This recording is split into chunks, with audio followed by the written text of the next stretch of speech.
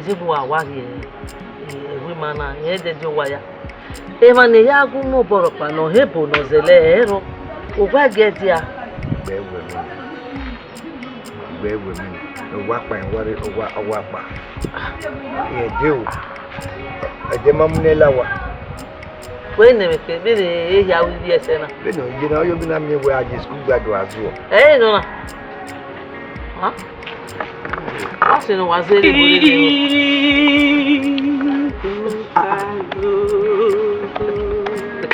Ogwe wa le ri mo. Words of this sweet sitting in my body. Even if it's jetty, I will take it. This love is sweet. Hey! Zebuwa. Hey,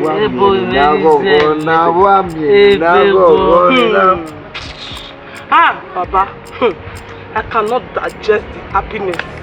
With deep regret, I'm happy to tell you people that I found true love. Hey, look. Oh, Kakabo, yes. The cholesterol was compatible. The mood swings was not inverted. We saw each other, we fell for each other. Some fall, some fell it, but the love was compatible. Now my hormone system are all jubilating for love. They found love. Yes. Zebuwa. Sir? Me no one we me na. Obi ebu na no a. Edokiri a. Ebu no jako imana no. Do obi ebu mana no. Aira bi ebu na. Era we just his parents is in the village. Yes. When he had all the way but the siblings based in Benin.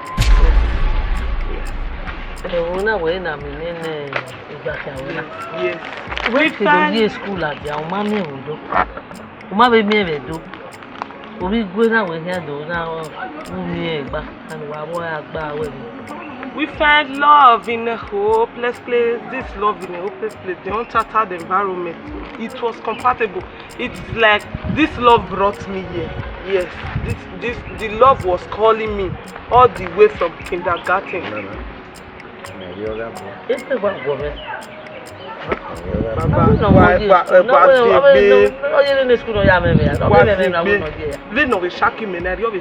Very soon, I put something for fire. It goes so done. Or done about or redomiwa. Relax. Don't bother yourself. Just keep your mind at rest. Oh devil, where the way? Oh devil. You don't matter no Nuzele now. Ebo nona. I don't want Ebo Zena. I don't want to look sheep like a shepherd. To boy, he needs something. It's not supposed to be longest fast. So you gualo mere. Me seti boari wa ya gualo de mo ye gualo. So he will look for me. You will not know your daughter is of great value like a dollar. I drop. But this time I'm going higher. What are it?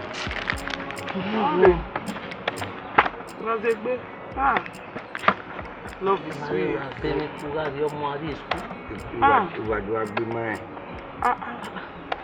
A thing of regretting. After everything I've done for you cannot see me. I have total joy. With regret, you are announcing that you are happy.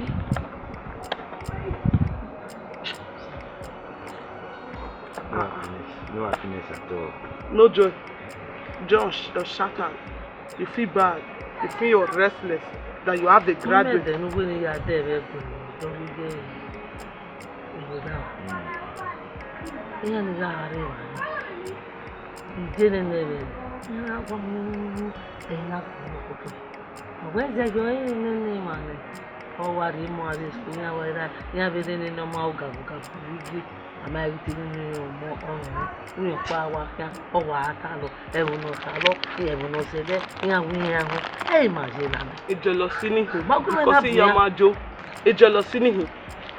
Me, I'm feeling bad. That one not that graduate in school now. Why get all we graduate in Norway school get all level now. Why beg the spoken of English, the way we been talking English all day fluent like in my care already. They graduate in Aaron. Zimbabwe. Huh? Omana ye school 3 years omana ye nguna. Ugbe ano ya ye school ye ganjo. Nuwe ya agwali buna redo. What's the label? He submitted SUP mene. Huh? He submitted ene. SUP here submitted unacceptable by the press. Here. Inya temeba. He's a winner.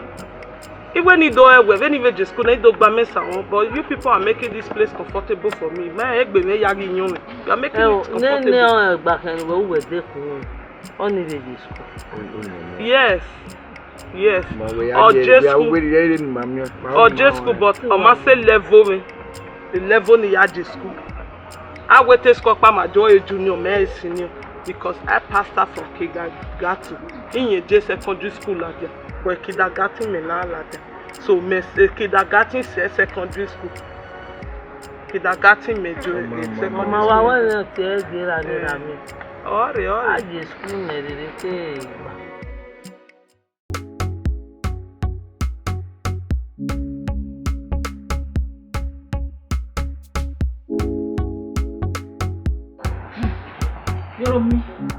Joromi. Okay, na imi owe. Oye mo e ko gbegbe mi rege na kerekere o wo gbegbe mi. What sunu? The thing is, I'm just trying to avoid it for now. So, you only go at home, man. Understand? Yeah. Joromi. One more ogwe. Yeah. One more ogwe. Joromi, when I say this, you wait to say you want to ma mi o ma o. O ma mi o ma o ye. O mi o ma wa kota. You know what gunu pede no ki. O ma mi o ma o. Joromi. Na do mi we mi ni o.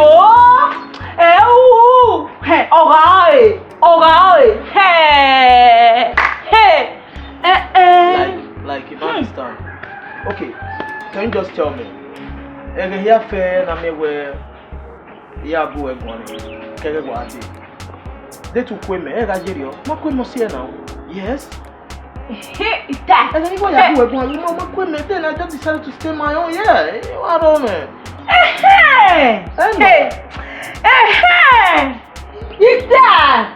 Ite Joromi, ite umi okwo be ne. Umi okwo be ne. Joromi wa mi okwo be.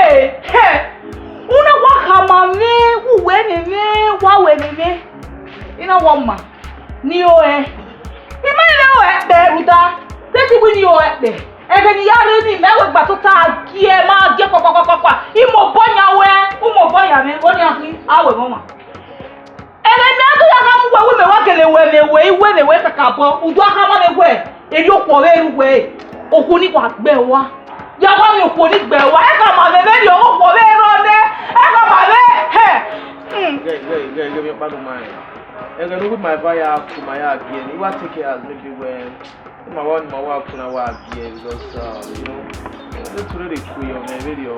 So to go get in the heart to now, you know, I extended my work on our again. But for now, I just want to stay on my own.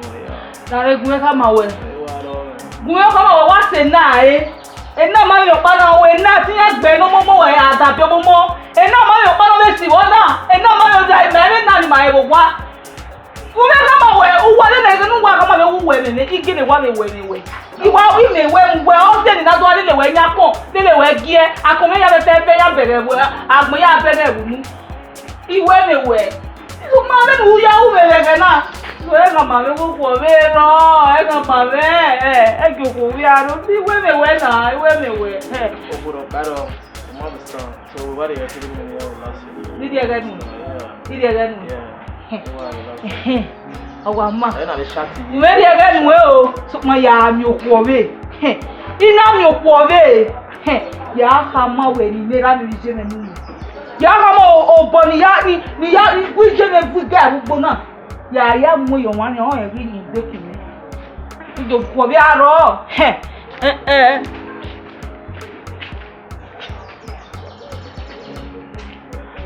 Oh my God! Oh man, winner, man. Oh man, winner. You are going to do it.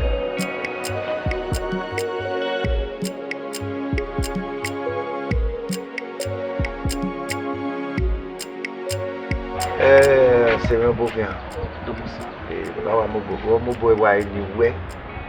Okay, my name is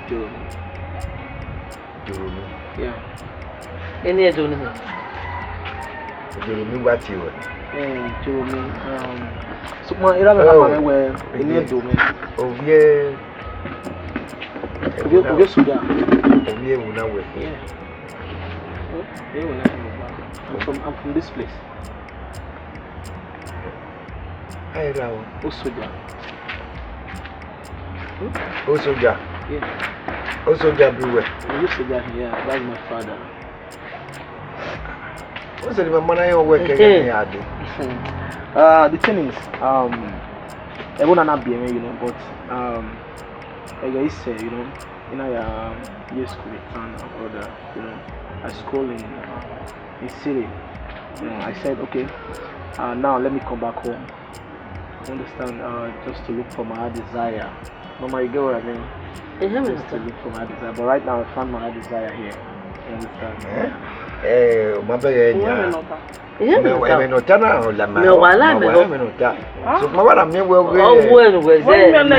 relatable to why, but it's the thing of the past because when really me school me J higher grade kindergarten me na Ladia, secondary school in Ladia, so school me as so kindergarten as secondary school. Only the man working a boss. More a boss, so he may even try me put in it through. I'm trying to fit into my shoes, so that I'm making us relate to most of the English I speak sometimes and unspoke. Well, so I is English, so we unspoken.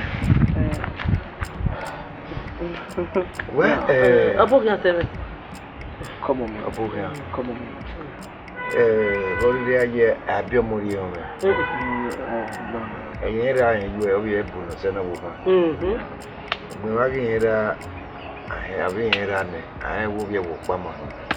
The Grimman answered it. New where Bob will be. Oh, wow. Why to tell you, Yeah, a good bill, you know. It's very compatible. It's a relatable thing between the both of us. We saw each other, we fell in love, and now the love is what has taken us to this day. It's ready for marriage and process the unprocessable list so that we go to the market. Why you are here? I understand you. Why you be here? Who was you? Okay. Who was you? Could be nowhere. Why don't we go? Yo, then why dating worry the you? I don't go. I do harm me, man. Any my release in what Maria Tamek be my way. What's this? I so much appreciate daddy for that, daddy and mommy.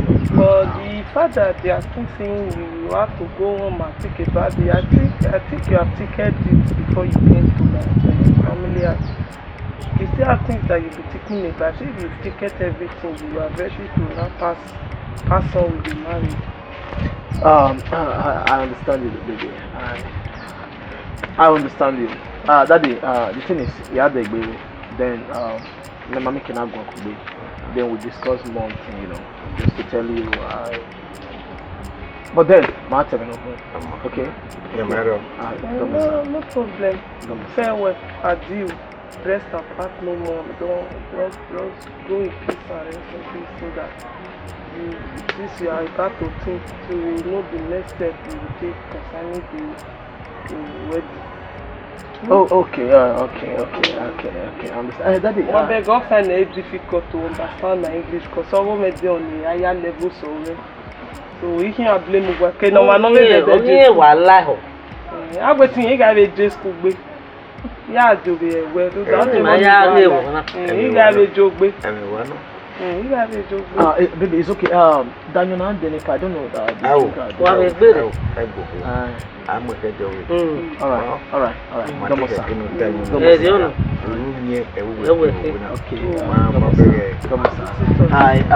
I appreciate you so much. Baby.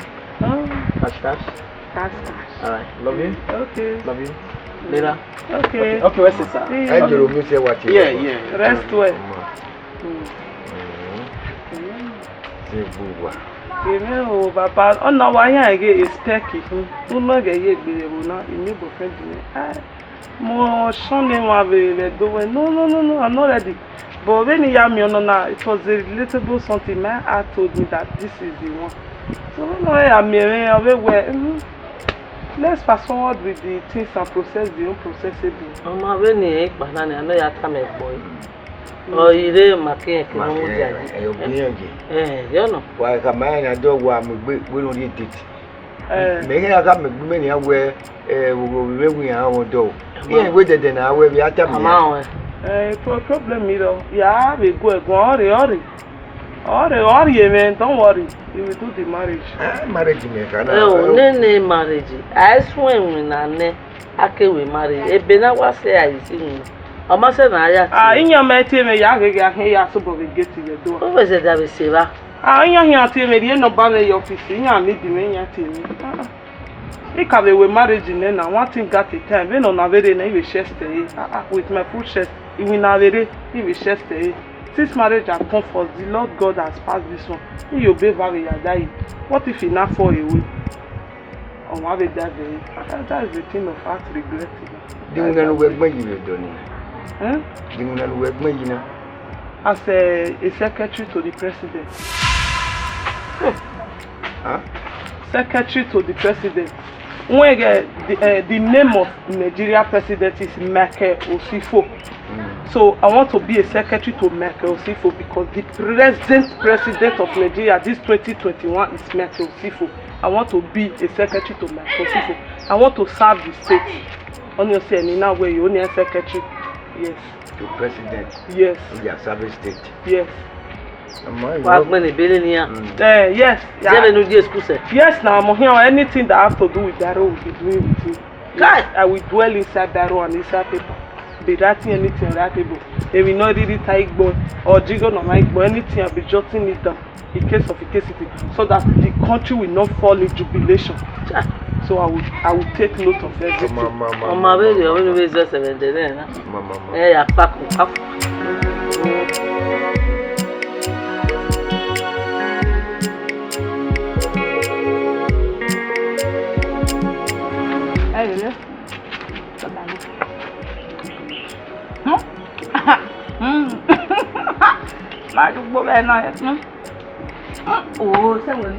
Wàá fi lóyún nù náà. Adé wà. Adé. Ẹ tó ta ẹgẹ. Eke ńlá dènà. Obìnrin láti wá gbé. Ẹ o. Májú gbé bẹ́ẹ̀ náà. Èmi wá yà yín náà ti jẹ́ mi arúgbó.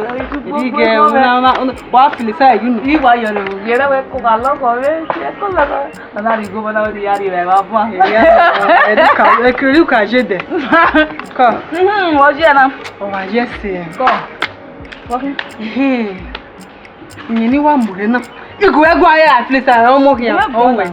Gùnmẹ́gùn ayọ̀ yà rẹ̀. Sẹ́wọ̀n náà lè ní gbé. Láì fi sáyà ní kìí jẹ́. Gẹ̀ ìwà múyẹ̀rọ̀ máa lè. Ọ̀sẹ̀ wẹ́ni gẹ̀ jọ̀rọ̀ mi. Tinye gùwẹ́gùn wẹ́sẹ̀ tá ẹ̀ dẹ́rọ̀ gẹ̀ ọ̀gùwẹ́gùn à. Uwe kòyọ́ na bímá ikóyọ́. Òhìn ẹ̀yẹ. Ẹ jọ̀rọ̀ mi. Jọ̀rọ̀ mi ẹ̀. Ọ̀sẹ̀ mẹ́nu. Ọ̀gẹ̀ ìkóyọ̀ náà. Ìmá kóyọ̀. Wọ́n máa mi mẹ̀ẹ́fà máa kúyọ̀ kúrẹ́. Mẹ̀ẹ́fà ségbèrè máa gé ẹ́. Wọ́n máa mi máa ìkóyọ̀ nínà. Ẹ̀yin ẹ̀mẹ́yẹ́ bẹ̀ yàrá ìmí ẹ̀ ìwé ó wẹ̀ ọ́ mú wẹ̀ kí n. Gùnmẹ́gùn. Inú wà mú mẹ́rin. Ejero mi ime kekinye be eziegbe. Iyara mo gbe swegbe. Ikuye eva utoge ma fe me.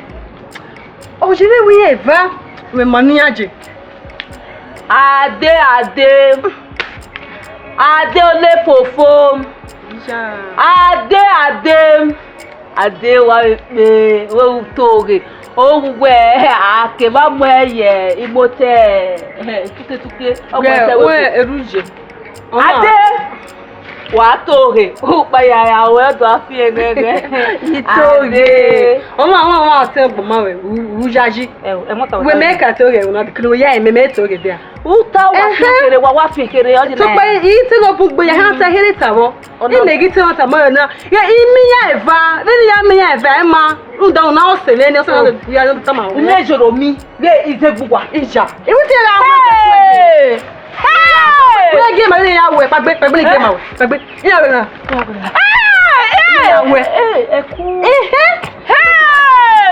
eni hiri me o tele eni kere ina don't know where dete o ma ikwe yo o mi we very Izegbugwa ge ejoro mi awa damu joro mi adamu igba wa le bona joro mi na da Izegbugwa mi de Izegbugwa ọmọ sese mi a Izegbugwa mo ọmọ sese mi a mo ti mi se so papa abiru do na gbele ebu na wa se bo eke no kete o wa velo na mi gwe o kekere wa ma mo emi ame gwe no ma o ya we mo he imajaji le mo tata ma be na o wa mo ta ona mo ta iwa pisi egbe wa le bo na ipe wa iwa pisi egbe wa ọmọ ese ri o papa no Izegbe ni ogbele bo se we wa flip ta ye o gunwe egri ehun ni do ta ma we o esunu we debo na esunu osunu nege ni do so wa oni ni do ta ma we ko wa eko Izegbugwa e ya mu emi ale la le ya de tenege ama ko le je tenege jaji o go to atama me na ìwọ jaji o ge no odaga e mota igba gbi e fa wa le bona gbi e fa wa le bona Izegbugwa oga eru duru de obi ani we mo o ya kedo ade igba gbe wa o de gbe wa go gbe are do no kere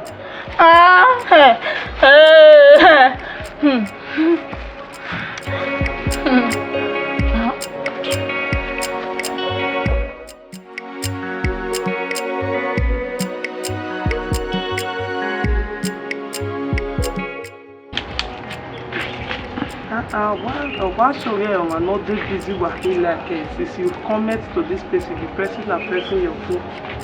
You have many people you have been shouted. I'm just trying to talk to some of my friends, you know.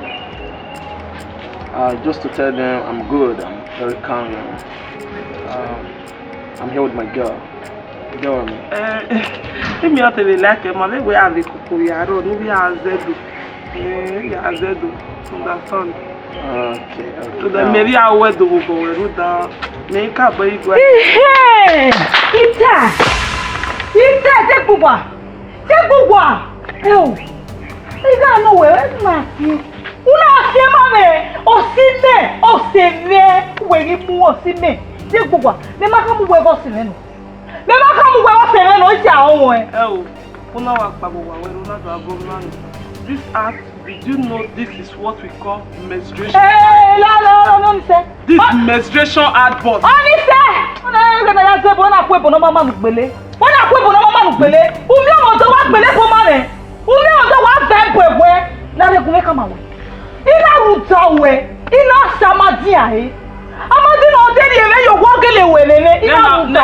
Excuse me, then I want the upper son of you go back to the church. Only one thing, we go with one. He may go away. He may be out that way. We give me Simeno Kedori, Rudalo to off Belebo.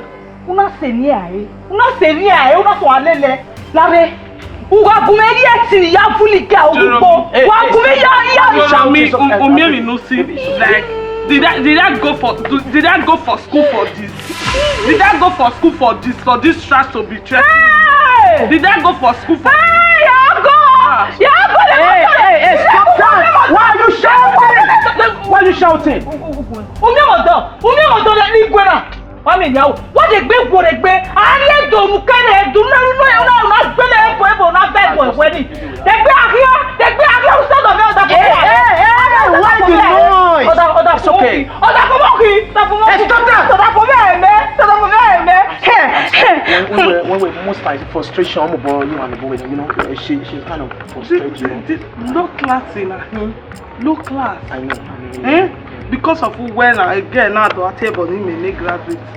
I'm sorry for that. Okay, baby. That was why I said to a misunderstood young woman. you tolerate so that you will compact me to your problem. Manage anything or drag me to issues that are not relatable to me. You understand them in it.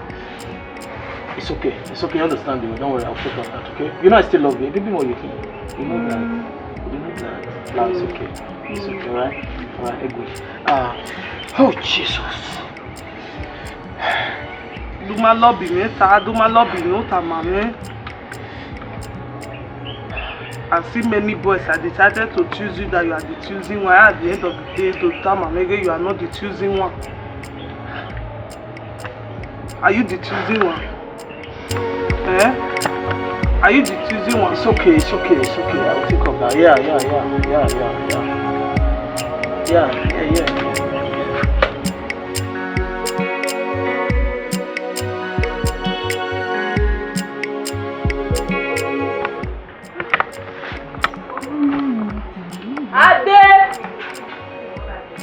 Ade! Anihi o, Eredia. Ade! Ade Eredia. What's in? Don't hear ma. Ohe de ma yeye. Ohe de ma de. Hey! Wa mi na o mi na sevena. Mi setita. Where the long you were? Wa mi. Hey! We are me na weta. Utama me kenede ro ade ma jaweji. Where the long you were? Ina wari ogwe izegbugwa. Na do vejuro mi ba. Ni ya izegbugwa kwa tuta. Iye wa tuta. Ye na mi ogwe odun ha mi yen pa. Dire ni meta na lawe o. E makata ma we a. Ne kete we ka ade wo meji. Hey. Oh, ti pa yo. Di kete we kere adege ejero mi ni ya mi yen vai ko re. Ifo ye ma bo me wo meji we eri to re le wo fia. Hey. Bọ́ọ̀lì wà lọ́wọ́ ṣàwẹ́jì. Ò bẹ́ẹ̀ náà rẹ̀ ùjá méjì náà yà. Tí pa ẹ̀yà rẹ̀ ṣàwẹ́jì. Mẹ́yì ṣe wà ní ìṣòro mi náà ní mùta. Tètè ìyẹn ó mèmé ni ẹ̀. Tètè ìyẹn mọ́kàmẹ́ wẹ́ mèmé. Pàmì inú ra láti ẹ̀wọ̀n ìwé. Wíì máa rẹ̀ wẹ̀. Ó ní báwọ̀. Ládùn gìlìgìlì ní màtà. We calculate time we do we or where we look time anywhere ah Jeremy iwe we we me bagba mu yo mu we time Mujani iye mi wo nta Jeremy gun me gun suma imewa ikama ewe ikweyo Tumo be ni ye mabo ya ku, we my way aku gie, nwe gbe so egbe, ya yo boye gbe. Okeke ni ye, me ya we gbe ni ye, ka mi me we won. Okeke ni ye we, me ke le we mi ye. Okeke me wi ye, wi me kwe ye ni. O me ke no me kwe ye ni. Ah, no bo. Mother we no worry ni ya fe wa. Wan le ma fia, o boy ta me we ah. Jeremy no yira na. Gimeva gimamu yo mu umara nu betame dokpa oya ya duwe wo do ma we wo mo ni a Ima oni ti wata ma we ikuye mi no te ina we ni ya we gbebere oni ina we gbebere oni ma we a ku da gbebere oni o ha we iwe mi ikuye oni ima ego ma ikuye oni o ta lo bo o ma ho no sun ma gwale ni ujo ni kini a ije mo ije ko le kede jo ko riomo ije me kede wori ma gwale ni ujo wori ga gbele bo no mama ni o bo ara ai we ma ye me ye